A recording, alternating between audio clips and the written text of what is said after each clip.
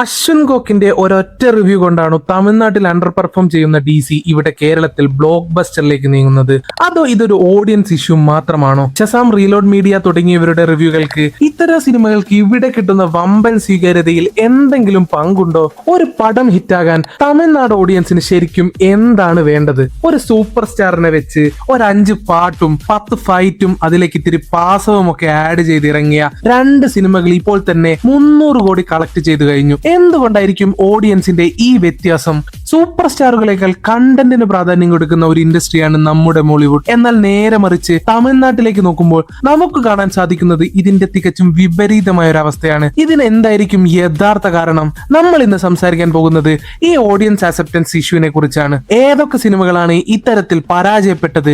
ഇതിന്റെ പിന്നിലുള്ള രഹസ്യങ്ങൾ എന്തൊക്കെയാണ്? ഇതൊക്കെ നമുക്ക് ഡിസ്കസ് ചെയ്യാം. അതിനു മുന്നേ hi all, welcome back to ഹേസന. ഇവിടെ നമ്മൾ അധികമാരും സംസാരിച്ചിട്ടില്ലാത്ത കുറച്ച് സിനിമാ വിശേഷങ്ങളാണ് സംസാരിക്കുന്നത്. നമുക്ക് ഈ വർഷം റിലീസായ 2 വ്യത്യസ്ത സിനിമകളിൽ നിന്ന് തന്നെ തുടങ്ങാം. ആദ്യം ലാസ്റ്റ് വീക്ക് റിലീസായ ലോകേഷ് കനകരാജ് നായകനായി അരങ്ങേറ്റം കുറിച്ച DC.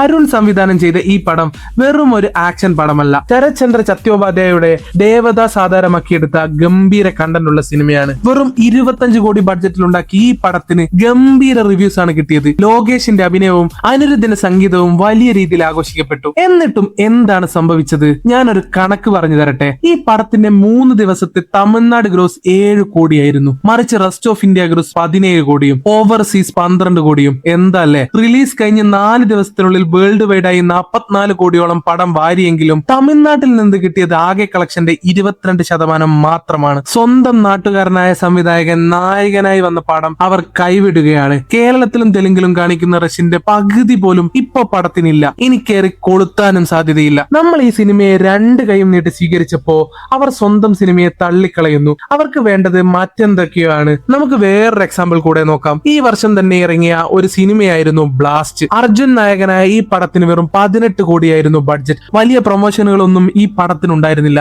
പക്ഷെ ഗംഭീര വേർഡ് ഓഫ് മൗത്ത് കാരണം ഇത് 2026 ഏറ്റവും പ്രോഫിറ്റബിൾ പടങ്ങളിൽ ഒന്നായി മാറി. കേരളത്തിലും ഈ പടം അസാധാരണമായി പെർഫോം ചെയ്തു. തമിഴ്നാട്ടിനേക്കാൾ നല്ല പെർഫോമൻസ് കേരളത്തിൽ നിന്ന് ബ്ലാസ്റ്റിന് കിട്ടി. ടോട്ടൽ കളക്ഷനിൽ 70% തമിഴ്നാടിന് പുറത്തു നിന്നായിരുന്നു. ഈ പറഞ്ഞ 2 സിനിമകളും വലിയൊരു ബ്ലോക്ക് ബസ്റ്റർ സ്റ്റാറ്റസ് ഡിസേർവിംഗ് ആയ സിനിമകളായിരുന്നു. രണ്ടും സ്വന്തം നാട്ടുകാർ തന്നെ ഇല്ലാതാക്കി കൊണ്ടിരിക്കുന്നു. അപ്പൊ ഉയരുന്ന ഒരു ചോദ്യമുണ്ട്, കണ്ടന്റിനേക്കാൾ അവർക്ക് വേണ്ടത് എന്താണ്? അത് കാണിച്ചു തരുന്നതാണ് ഈ വർഷം 300 കോടി ക്ലബിൽ കയറിയ 2 സൂപ്പർ സ്റ്റാർ പടങ്ങൾ. ആദ്യം ദളപതി വിജയുടെ അവസാന സിനിമയായ ജനനായകനിലേക്ക് വരാം. തെലുങ്ക് ഹിറ്റായ ഭഗവത് കേസരിയുടെ റീമേക്ക്. പടം ഇറങ്ങിയ സമയത്ത് വിജയ് തമിഴ്നാടിന്റെ മുഖ്യമന്ത്രിയാണ്. തിയേറ്ററുകളിൽ പടം എത്തുമ്പോൾ ഭൂരിഭാഗം റിവ്യൂവേഴ്സും 5ൽ 2ൽ താഴെ റിവ്യൂ ആണ് കൊടുത്തത്. പഴയ ടെംപ്ലേറ്റ്, ഫോഴ്സ്ഡ് പൊളിറ്റിക്കൽ ക്യാമ്പയിൻ എന്നിങ്ങനെ വിമർശനങ്ങൾ നിറഞ്ഞു. എന്നിട്ടും വെറും 17 ദിവസത്തിനുള്ളിൽ പടം വേൾഡ് വൈഡ് 320 കോടി ക്രോസ് ചെയ്തു. ഇപ്പോഴും DCക്ക് മുകളിൽ ബുക്കിംഗ് പോകുന്നുണ്ട് ജനനായകന്. ഈ കളക്ഷനിന്റെ ഭൂരിഭാഗവും വാരിക്കൊടുത്തത് തമിഴ്നാട്ടിൽ നിന്നും മാത്രമാണ്. വേണമെങ്കിൽ ഒരു ലാസ്റ്റ് ഡാൻസ് സിമ്പതി കൊണ്ടാണ് ഇതൊക്കെ നടന്നതെന്ന് പറയാം. പക്ഷെ ഈ പടം മാത്രമല്ല, വിജയുടെ ഏത് പടം എടുത്താലും ഇത് തന്നെയായിരുന്നു അവസ്ഥ. അടുത്തത് RJ ബാലാജി സംവിധാനം ചെയ്ത സൂര്യ ചിത്രം കറുപ്പ്. മിക്സഡ് റിവ്യൂസ് കിട്ടിയിട്ടും 2ാം പകുതിയിൽ മൊത്തം കത്തിയായിരുന്നിട്ട് കൂടി ഈ പടം വാരിയത് 320 കോടിയാണ്. സിനിമ കണ്ട് ഇതെന്ത് അപരാധമാണെന്ന് തോന്നിപ്പിക്കുന്ന രീതിയിലായിരുന്നു കഥ പറഞ്ഞത്. ലോജിക് ഇല്ല, ഒരു സ്റ്റോറി ഇല്ല, നല്ലൊരു പെർഫോമൻസ് ഇല്ല. എന്നിട്ടും 300 കോടി സിനിമ അടിച്ചു. ഈ 2 പടങ്ങളും ഒരു കാര്യം വ്യക്തമാക്കുന്നു, സ്ക്രീനിൽ നിൽക്കുന്നത് നിങ്ങളുടെ ആരാധനാപാത്രമായ സൂപ്പർ സ്റ്റാർ ആണെങ്കിൽ കണ്ടന്റും സ്ക്രിപ്റ്റും എല്ലാം അവർക്ക് വെറും സെക്കൻഡറി ആണ്. അവർക്ക് ആ തല മാത്രം മതി, വേറെ ഒന്നും വേണ്ട. ഇതൊക്കെ ഇപ്പൊ തുടങ്ങിയ ട്രെൻഡാണെന്ന് കരുതേണ്ട. നമുക്കിനി പുറകോട്ടൊന്ന് പോയി നോക്കാം. കാരണം ഒരുപാട് വർഷങ്ങളായി ഈ ചരിത്രം ഇവിടെ ആവർത്തിക്കുന്നുണ്ട്. നല്ല പടങ്ങൾ ഇറങ്ങുമ്പോൾ തിയേറ്ററിന്റെ പരിസരത്തേക്ക് പോവാതെ ഇരിക്കുകയും വർഷങ്ങൾക്ക് ശേഷം പിന്നീട് വാട്സ്ആപ്പ് സ്റ്റാറ്റസ് ഇടുകയും ചെയ്യുന്ന ഓഡിയൻസിന്റെ ചില ഇരകളെ നമുക്ക് നോക്കാം. 2024 റിലീസായ മെയ്യഴകൻ. കാർത്തിയും അരവിന്ദ് സ്വാമിയും തകർത്തഭിനയിച്ച ചിത്രം. 96 എന്ന ഹിറ്റ് ചിത്രത്തിന് ശേഷം C പ്രേംകുമാർ സംവിധാനം ചെയ്ത സിനിമ. വർഷങ്ങൾക്ക് ശേഷം നാട്ടിലേക്ക് മടങ്ങുന്ന ഒരാളും അവനെ സ്നേഹം കൊണ്ട് വീർപ്പ് മുട്ടിക്കുന്ന ഒരു ബന്ധുവും തമ്മിലുള്ള ഹൃദ്യമായ കഥ. അനാവശ്യമായ ഒരു ഫൈറ്റോ ഐറ്റം ഡാൻസോ ഇല്ലാതെ മനുഷ്യന്റെ ഇമോഷൻസിനെ ഇത്ര മനോഹരമായി കാണിച്ച പടത്തിന് ക്രിട്ടിക്സ് ഗംഭീര സ്വീകരണം നൽകി. പക്ഷെ തിയേറ്ററിൽ അവസാനം സിനിമ കട്ട് ചെയ്ത് വരെ റിലീസ് ചെയ്ത് ഇറക്കേണ്ട അവസ്ഥ വന്നു. എന്നിട്ടും രക്ഷ ഉണ്ടായില്ല. പക്ഷെ സിനിമ കേരളത്തിൽ സ്വീകരിക്കപ്പെട്ടു. അത് ഡയറക്ടർ തന്നെ വ്യക്തമാക്കിയിരുന്നു. പിന്നീട് ഇത് OTT വന്നപ്പോൾ എന്തൊരു ഫീൽ ഗുഡ് പടം എന്ന് പറഞ്ഞ് അവർ പുകഴ്ത്തി. അടുത്തത് 2016 ഇറങ്ങിയ 24. സൂര്യയുടെ വില്ലൻ വേഷമായ ആത്രയെ ആർക്കാണ് മറക്കാൻ പറ്റുക? വിക്രം കുമാർ ഡയറക്ട് ചെയ്ത time travel science fiction thriller, AR റഹ്മാന്റെ സംഗീതം, സൂര്യയുടെ 3 ഗെറ്റപ്പുകൾ, നാഷണൽ അവാർഡുകൾ. എന്നിട്ടും 70 കോടി ബഡ്ജറ്റിൽ ഇറങ്ങിയ ഈ പടം തമിഴ്നാട്ടിൽ ഒരു ഡിസാസ്റ്റർ ആയിരുന്നു. ഒറിജിനൽ തമിഴ് വേർഷനേക്കാൾ കൂടുതൽ പ്രോഫിറ്റ് ഉണ്ടാക്കിയത് ഇതിന്റെ തെലുങ്ക് ഡബ്ബായിരുന്നു. അന്ന് പടം മനസ്സിലാകുന്നില്ല എന്ന് പറഞ്ഞവർ ഇന്ന് ആത്രയുടെ ഡയലോഗുകൾക്ക് ഇൻസ്റ്റഗ്രാമിൽ റീൽസ് ഉണ്ടാക്കുന്നു. എന്താണ് ഇവരുടെ പ്രശ്നം?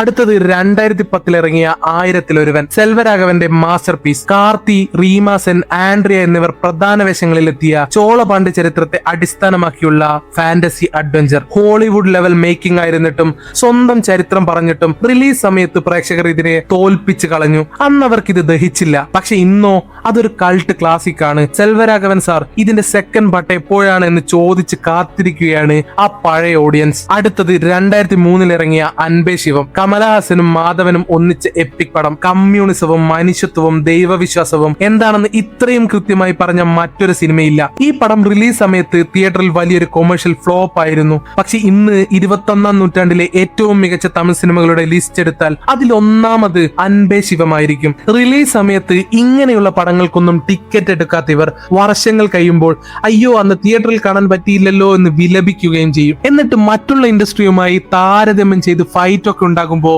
ഈ പടങ്ങൾ തന്നെ എടുത്ത് പൊക്കിയടിക്കുകയും ചെയ്യും ഒരു പ്രത്യേകതരം ഫാൻസ്. വിജയ് സേതുപതിയുടെ മഹാരാജയും ശിവകാർത്തികേയന്റെ മാവീര്യനും ടോട്ടലി നല്ല കളക്ഷൻ കിട്ടിയെങ്കിലും തമിഴ്നാട് കളക്ഷൻ ആ സിനിമയുടെ ക്വാളിറ്റി വെച്ച് നോക്കുമ്പോൾ കുറവാണെന്ന് തന്നെ പറയേണ്ടി വരും. ഇതൊക്കെ കാണുമ്പോൾ നമ്മുടെ മലയാളം ഇൻഡസ്ട്രിയുടെ കാര്യമാണ് ഓർമ്മ വരുന്നത്. നമ്മൾ ഈ ട്രെൻഡിൽ നിന്നൊക്കെ ഒരുപാട് മാറി വന്നു. നമ്മളിപ്പോൾ ഏത് സിനിമ വന്നാലും അത് നല്ലതാണെങ്കിൽ ഇരു കൈയും നീട്ടി സ്വീകരിക്കും. അതിൽ മമ്മൂട്ടിയാണോ മോഹൻലാലാണോ അതോ പുതുമുഖങ്ങളാണോ എന്ന് നമ്മൾ നോക്കാറില്ല. സൂപ്പർ സ്റ്റാർ പടങ്ങൾ മോശമായാൽ നമ്മൾ അതിനെ വിമർശിക്കാനും മടിക്കാറില്ല. പുതിയ ആശയങ്ങൾക്കും റിയലിസ്റ്റിക് സിനിമകൾക്കും വലിയൊരു സ്പേസ് മലയാളത്തിൽ ഇന്നുണ്ട്. ഇവിടെയാണ് നമ്മൾ ഇൻട്രോയിൽ പറഞ്ഞ സോഷ്യൽ മീഡിയ റിവ്യൂവർമാരുടെ റോൾ വരുന്നത്. ഈ അടുത്തിറങ്ങിയ DC, ബ്ലാസ്റ്റ് തുടങ്ങിയ പടങ്ങളുടെ വിജയം നോക്കിയാൽ അറിയാം. യൂട്യൂബ് റിവ്യൂവർമാരിൽ നിന്നും ഇൻഫ്ലുവൻസർമാരിൽ നിന്നും വലിയ രീതിയിലുള്ള പോസിറ്റീവ് റിപ്പോർട്ടുകളാണ് ഇവയ്ക്ക് കിട്ടിയത്. ഇത് മലയാളികളുടെ സിനിമാ കാഴ്ചകളെ ഭയങ്കരമായി സ്വാധീനിക്കുന്നുണ്ട്. ഇന്നത്തെ കാലത്ത് സിനിമ തലക്കി പിടിച്ചവരും പക്ക ഫാൻസും മാത്രമാണ് ഒരു പടത്തിന് FDFS കയറുന്നത്. ബാക്കി ഭൂരിഭാഗം പേരും ടിക്കറ്റ് ബുക്ക് ചെയ്യുന്നതിന് മുൻപ് സോഷ്യൽ മീഡിയ റിവ്യൂസ് നോക്കും. എന്തിന്? ചിലരൊക്കെ അശ്വിൻ കൊക്കിന്റെ റിവ്യൂ മുഴുവൻ കണ്ടില്ലെങ്കിൽ പോലും അദ്ദേഹത്തിന്റെ ആ തംബ്നെയിലെങ്കിലും നോക്കിയിട്ടാണ് തിയേറ്ററിലേക്ക് പോകുന്നത്.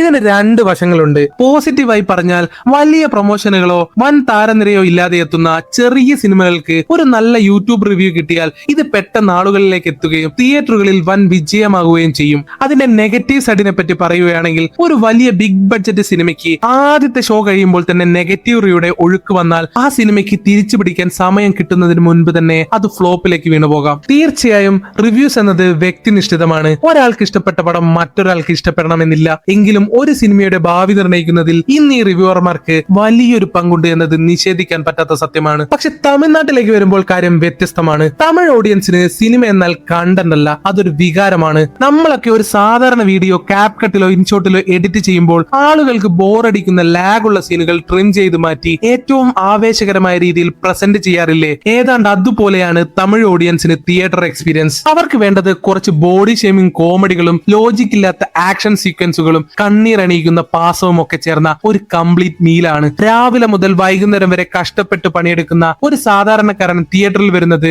തന്റെ സങ്കടങ്ങൾ മറക്കാനാണ്. അവിടെ അവന് കണ്ടന്റ് അല്ല പ്രാധാന്യം എന്നാണ് അവരുടെ വാദം. ഇതിനെല്ലാം ഉപരി അവർക്ക് സൂപ്പർ സ്റ്റാറുകളോടുള്ളത് വെറും ഒരു ഇഷ്ടമല്ല, അതൊരു ദൈവീകമായ ആരാധനയാണ്.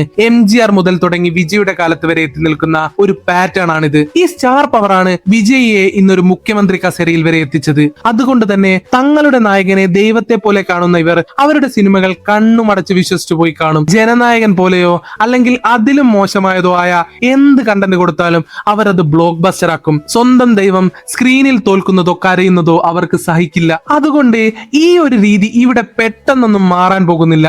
ഭാവിയിൽ ഇത് മാറിയേക്കാം, പക്ഷെ അതിന് ഒരുപാട് സമയമെടുക്കും. കണ്ടന്റിനെ സ്നേഹിക്കുന്ന ഒരു തലമുറ ഇവിടെ പൂർണ്ണമായി വളർന്നു വരേണ്ടതുണ്ട്. നിങ്ങൾക്ക് ഇതിനെപ്പറ്റി എന്താണ് തോന്നുന്നത്? ഇത് വെറും ഒരു ബോക്സ് ഓഫീസ് ട്രെൻഡ് മാത്രമാണോ, അതോ ഇതിന് പിന്നിൽ ഞാൻ പറഞ്ഞതുപോലെയുള്ള ആഴത്തിലുള്ള അന്ധമായ ആരാധന തന്നെയാണോ കാരണം? നിങ്ങളുടെ അഭിപ്രായങ്ങളും നിങ്ങളുടെ ഫേവറേറ്റ് ആയ അണ്ടർ റേറ്റഡ് തമിഴ് പടങ്ങളും താഴെ കമന്റിൽ അറിയിക്കൂ. ഈ വീഡിയോ നിങ്ങൾക്ക് ഇഷ്ടമായാൽ ലൈക്ക് ചെയ്യാനും സബ്സ്ക്രൈബ് ചെയ്യാനും മറക്കല്ലേ. അടുത്ത കിടിലൻ വീഡിയോയുമായി കാണാം. Signing off.